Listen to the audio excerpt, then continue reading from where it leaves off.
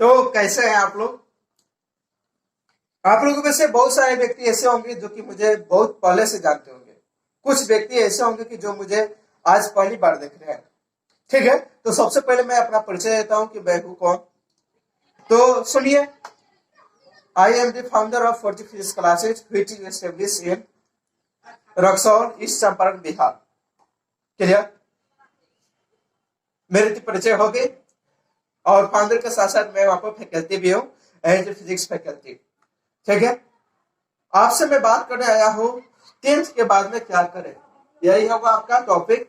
ठीक है, या इंटरमीडिएट में कौन सा सब्जेक्ट का चयन करें। देखिए, आप ये दोनों चीजों पर हम लोग बहस करेंगे, लेकिन बहस करने से पहले मैं आपको बता दूं कि आप ऐसा जरूरी नहीं कि आप मेरी बातें सुनकर आप इस चीज को ले लीजिएगा या मतलब कि आप सब्जेक्ट का चयन कर लीजिएगा। आप किसी और से भी पूछिएगा जो कि आपके नजदीक होंगे। ठीक है, जैसे कि आपके बड़े भैया, पापा, चाचा, मम्मा, फुआ, फुआ का लड़का, दीदी, ऐसे बहुत सारे लोग होंगे जिनसे कि आप क्या करेंगे कि बात जाके करेंगे कि हम 10th कर लिए, 10th के बाद में क्या करें, तो वो विभिन्न प्रकार के आपको राय देंगे। ठीक है, तो ये जो आप राय ले रहे हैं, जिसको आप अपना सलाहकार नियुक्त कर रहे हैं, अपने जीवन की बागडोर जिनके हाथों में दे रहे हैं, सलाह मांगना चाह रहे हैं, वो लोग आपको जैसा सलाह देंगे आप वैसा ही बच जाइएगा। ठीक है, आपको मैं एक छोटा सा उदाहरण दे रहा हूं। आप लोगों ने रामायण और महाभारत दोनों चीजें देखी होगी, रामायण और महाभारत। अब इसमें जो कहते हैं कि हमने नहीं देखी है भाई, तो लॉकडाउन में आप क्या कर रहे थे? लॉकडाउन में तो यही चल रहा था, एकदम रिपीट टेलीकास्ट भी हो रहा था शायद।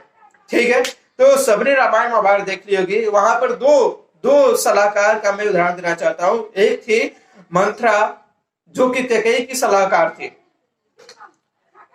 जिसके कारण से क्या हुआ कि कैकेयी का मतलब कि कैकेयी का पूरा सर्वनाश हो गया, पूरा राम वंश बिखर गया, वनवास हो गया राम का, सब कुछ मतलब कि देखिए कि तहस नहस हो गया। जहां पर राजा राम बनने जा रहे थे वही वनवास चले गए। दूसरा सलाहकार अगर देखें हम लोग महाभारत का अगर ले, तो महाभारत में बहुत बढ़िया एक सलाहकार आते हैं, भगवान श्री कृष्ण। श्री कृष्ण अर्जुन के सलाहकार थे, इसीलिए वो युद्ध को जीत जाता है। जबकि दुर्योधन का सलाहकार शकुनी था, इसलिए वो युद्ध को हार जाता है। ताकि सारा सारा जो बागडोर होता है एक सलाहकार के हाथ में होता है, क्योंकि अपने तुम जीवन को समर्पित करने जा रहे हो। तो प्लीज भाइयों, बच्चों, जितने भी हो या गार्जियन, आप जो भी देख रहे हैं, मुझे आप लोग से करबद्ध निवेदन है कि आप जब भी किसी भी चीज का चुनाव करें तो सही व्यक्ति से परामर्श ले, सलाह ले, तब जाके उसकी चुनाव करें, ताकि आपकी पूरी जिंदगी उस पर निर्भर होती है। आप पूरा अपना मतलब कि कैरियर सौंपने जा रहे हैं। होता क्या है कि 10th तक बच्चों का एक सिलवार मतलब कि एक सीक्वेंस में सिलेबस होता है। 0 से लेकर 10th तक वो क्या कर लेते हैं, पढ़ते चल जाते हैं। नर्सरी से मेरी बात थी, ठीक है, तो नर्सरी से लेकर 10th तक उनको कोई प्रॉब्लम नहीं होती है, सब कुछ पढ़ना है, एज ए सबको पढ़ना है, बराबर पढ़ना है। लेकिन 10th के बाद में होता क्या है कि डाइवर्सिटी आ जाती है, बहुत सारे सिलेबस होते हैं, उन सिलेबस का सामना कैसे करें, बच्चों को ज्ञात नहीं होता है। तो चलिए उन चीजों का सामना कैसे करें, हम लोग उसकी बात करेंगे। तो आप जहां पर भी जिससे भी सलाह रहे हैं, आप पता कीजिए कि पहले वो किस सब्जेक्ट के सलाहकार हैं और आप कौन से सब्जेक्ट के लिए सलाह लेने जा रहे हैं। आज हम आपके सारे डाउट, सारे कंफ्यूजन क्लियर मैं करके रख लूंगा यहाँ पर। सारे जितने भी डाउट है सारे क्लियर हो जाएंगे, इसके बारे में कोई भी आपका डाउट नहीं बचेगा। तो चलिए इस सेशन को हम लोग शुरू कर रहे हैं, और मैं रिक्वेस्ट करूंगा अभी तक जो हमारे सेशन को यहां तक देखते हैं, प्लीज आप पूरा देखिए, क्योंकि आप ही लोगों की जरूरत है इस वास्तव में। जो 1 मिनट में छोड़ के चले गए या 25 सेकंड 30 सेकंड में छोड़ के चले गए, उनको जरूरत नहीं थी, आपको वास्तव में जरूरत है। तभी तो आप इतने देर तक मेरे साथ बने रहे। तो अंत तक बनिए और सारी चीजों को बारीकी से सुनिए और सावधानी से उसको मतलब कि समझिए। तो इसमें है क्या कि 10th तक हमने बताया कि सारे सिलेबस का स्ट्रीमलाइन होते हैं, लेकिन 12 के बाद 10th के बाद में क्या होते हैं, बिखर जाते हैं, यानी ब्रांचेस में बिखर जाते हैं। जैसे मान लो कि ये क्या था, अभी तक 10th था, लेकिन 10th के बाद में क्या हो गया, ये हो गया तुम्हारा ब्रांच। इसमें ब्रांच 3 होते हैं, तो चलो हम लोग 3 ले लेते हैं, ठीक है। 10th के बाद में या तो विद्यार्थी साइंस में जाता है, या फिर कॉमर्स में जाता है, या फिर आर्ट्स में जाता है।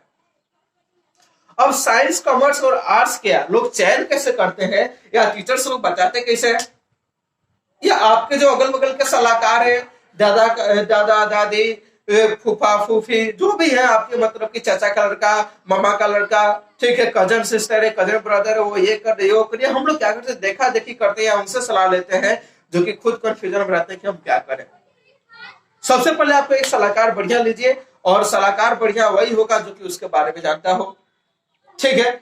जैसे आपको ये मैंने बताया कि साइंस, कॉमर्स और आर्ट्स 3 चीजें हो गई, तो लोग इसका चयन कैसे करते हैं कि सर मेरा 70 to 90% नंबर है, या 70 से लेकर 100 के बीच नंबर है, तो हम साइंस लेंगे, ठीक है, साइंस के लिए नंबर है।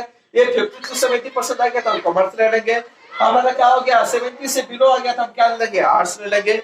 अरे भैया ये धारणा बिल्कुल गलत है, इस पर आपको ध्यान नहीं देना है, ठीक है। चलिए मैं इस पर तो बात करूंगा, लेकिन देखिए कुछ चीजें होती है कि पहले से डिटरमाइन होती है। जैसे कि 10th में कुछ बच्चों का क्या होता है ख्वाब कि हम तो इंजीनियर बनेंगे, डॉक्टर बनेंगे, तो भाई उनके लिए तो साफ है, जो डॉक्टर बनना चाहते हैं उनको बायोलॉजी लेकर पढ़ना पड़ेगा, साइंस पढ़ना ही पड़ेगा, और साइंस पे क्या करना पड़ेगा, बायोलॉजी। जो बच्चे इंजीनियर बनना चाहते हैं उनको क्या पढ़ना पड़ेगा, मैथ। और जो बच्चे सीए वगैरह बनना चाहते हो क्या बनेंगे, लेंगे कॉमर्स लेंगे, क्योंकि ये डिटरमाइन है, इसी से बोल सकते हो ये। बाकी दूसरा कोई सब्जेक्ट नहीं तुमको बना सकता है डॉक्टर, बाकी दूसरा कोई सब्जेक्ट तुमको नहीं बना सकता है इंजीनियर, बाकी दूसरा कोई सब्जेक्ट तुमको नहीं बना सकता है सीए। तो इसके लिए तो सेल्फ डिटरमाइंड है, मतलब कि पहले से निर्धारित है। दिक्कत कहां पे होती है, तो ये तो धारणा क्या है तो कि बिल्कुल गलत है, इस पर आपको नहीं काम करना है यार। 50% वाले भी साइंस ले सकते हैं। हाँ होता क्या, किसी किसी कॉलेज में नंबर निर्धारित होते हैं, दूसरे कॉलेज में लोग क्या जुड़े कि फलाने कॉलेज से करेंगे, सारे कॉलेज में तो एक ही पढ़ाई होती है। और बिहार की इसे बात करते, बिहार में तो कोई पढ़ाई होती नहीं है, जो भी करना है कोचिंग वाले को करना है। और जब भी तुम्हारा रिजल्ट देता है उस पर किसी स्कूल का नाम थोड़ा लिखा रहता है, फलाने स्कूल से, उसको बिहार बोर्ड का सर्टिफिकेट रहता है भाई साहब, ठीक है। तो बिहार बोर्ड से मतलब कि तुम्हारा हो गया, ये तो तुम्हारा फलाना चिचलाना कुछ है नहीं यार, सबको एक ही बोर्ड से मिलती है, ठीक है। तो बिहार बोर्ड पत्र से तुम्हारी भी आएगी। तो दूसरी बात यहाँ पर है क्या कि आप इस धर्म को तो लेंगे नहीं, ठीक है। आपकी जिसमें रुचि है वही सब्जेक्ट को लीजिए, जिस सब्जेक्ट में रुचि नहीं है उसको आपको लेने की जरूरत नहीं है। दूसरा, बच्चे होते क्या है कि कुछ बच्चे होते हैं फिजिक्स से डरते हैं, क्या होते हैं, फिजिक्स से डरते हैं, इसीलिए वो साइंस लेना नहीं पसंद करते हैं। तो जिनको भी फिजिक्स फोबिया है वो प्लीज हमसे संपर्क कीजिए, उनके मैं फिजिक्स फोबिया को यूं ही दूर कर दूंगा। वो क्यों मैंने दूर कर दिया, तो फिर कहना कि सर आप झूठ बोल रहे थे या गलत बोल रहे थे। तो फिजिक्स फोबिया जो है वो तो आपको यूं ही समाप्त हो जाएगी, आपकी उसके लिए कोई डरने की जरूरत नहीं है, कोई उसकी बात नहीं है, ठीक है। तो अगर फिजिक्स फोबिया से आप परेशान है और इसी कारण से आप साइंस लेना चाहते हैं तो मुझसे संपर्क कीजिए, मैं आपको फिजिक्स का प्रॉब्लम जरूर दूर कर दूंगा। आप लोगों ने 10th पास कर लिए ना, अगर वास्तव में कर लिए तो वहां पर ओम का नियम जरूर आया होगा, और वहां पे एक फॉर्मूला आया होगा V बराबर IR। कितने लोगों को याद है, अगर नहीं याद है तो देखो मैं अभी बता रहा हूँ, आज के बाद में कभी भूल नहीं पाओगे। आप देखो ये हिंदी में आप और इंग्लिश में अपना नाम लिख लेते हो ना, जैसे मान लो कि यहाँ पर रवि लिखा हुआ है तो रवि का अंग्रेजी लिख लो RABI, हिंदी इंग्लिश आ गया।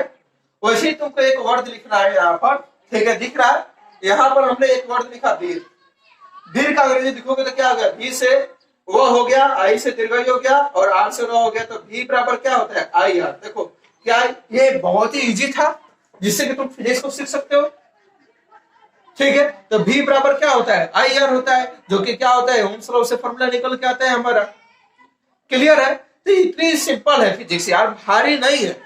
फिजिक्स को भारी तुम लोग बनाते हो, और कुछ टीचर्स भी है जो भी फिजिक्स को भारी बनाते हैं। कोई भी फॉर्मूला याद करने की जरूरत नहीं है, कोई भी मतलब कि आपको डिफिनेशन याद करने की जरूरत नहीं है फिजिक्स में। अगर आप मेरे साथ बने रहते हो तो फिजिक्स एकदम इजी लगेगा।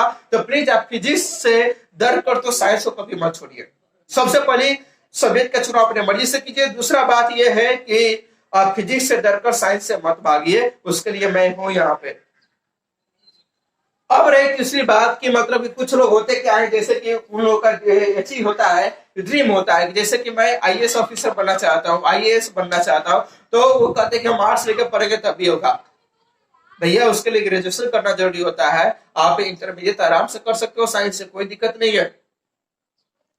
और आप साइंस से इंटरमीडिएट करोगे तो आसानी होगी आपको कंपटीशन निकालने में, क्योंकि साइंस वाले बच्चे ज्यादा मेहनत होते हैं, ज्यादा मेहनत करते हैं, ज्यादा क्वेश्चन करते हैं, ज्यादा न्यूमेरिकल करते हैं, इसलिए उनके लिए आसान होता है। आप सुनोगे कि डॉक्टर इंजीनियर जब इसमें भाग लेते हैं, डॉक्टर की तो बात छोड़ो यार, तो रिपोर्टर है यार, अपने मस्ती में रहते हो, एक बार हो गया तो फिर इधर उधर देखने की जरूरत नहीं पड़ती है। खासकर इंजीनियरों में देखा जाता है कि जब कहीं जॉब वगैरह नहीं मिलता है या फिर मतलब कुछ सेटिस्फाइड नहीं है तो क्या करते हैं, वो यूपीएससी बीपीएससी की तरफ भागते हैं और एक ही बार में क्रैक कर लेते हैं, निकाल लेते हैं। क्यों निकाल लेते हैं? क्योंकि उनको प्रैक्टिस ज्यादा हुई रहती है क्वेश्चंस की। तो आपको भी अगर आईएएस और क्या होता है आईएएस बनना है, चाहे मतलब जो भी सिविल सर्विसेज में मतलब कि होता है, हमको तो उससे ज्यादा नहीं मालूम है क्या होता है उधर साइड में, तो फिर आपको क्या करते हैं, लेकिन आप साइंस से उसको कर सकते हो। तो क्यों ना साइंस लेकर पढ़ो, उसके बाद में करो, या आसानी होगी तुम्हारे लिए भी आसानी होगी। ठीक है। और दूसरी बात ये, मैं तुमसे एक क्वेश्चन पूछना चाहता हूँ। जैसे कि मान लो कि यहाँ से तुमको पटना जाना है, तो तुम किस चीज से जाना पसंद करोगे? हवाई जहाज या फिर ट्रेन या फिर बस से तुम जाना पसंद करोगे?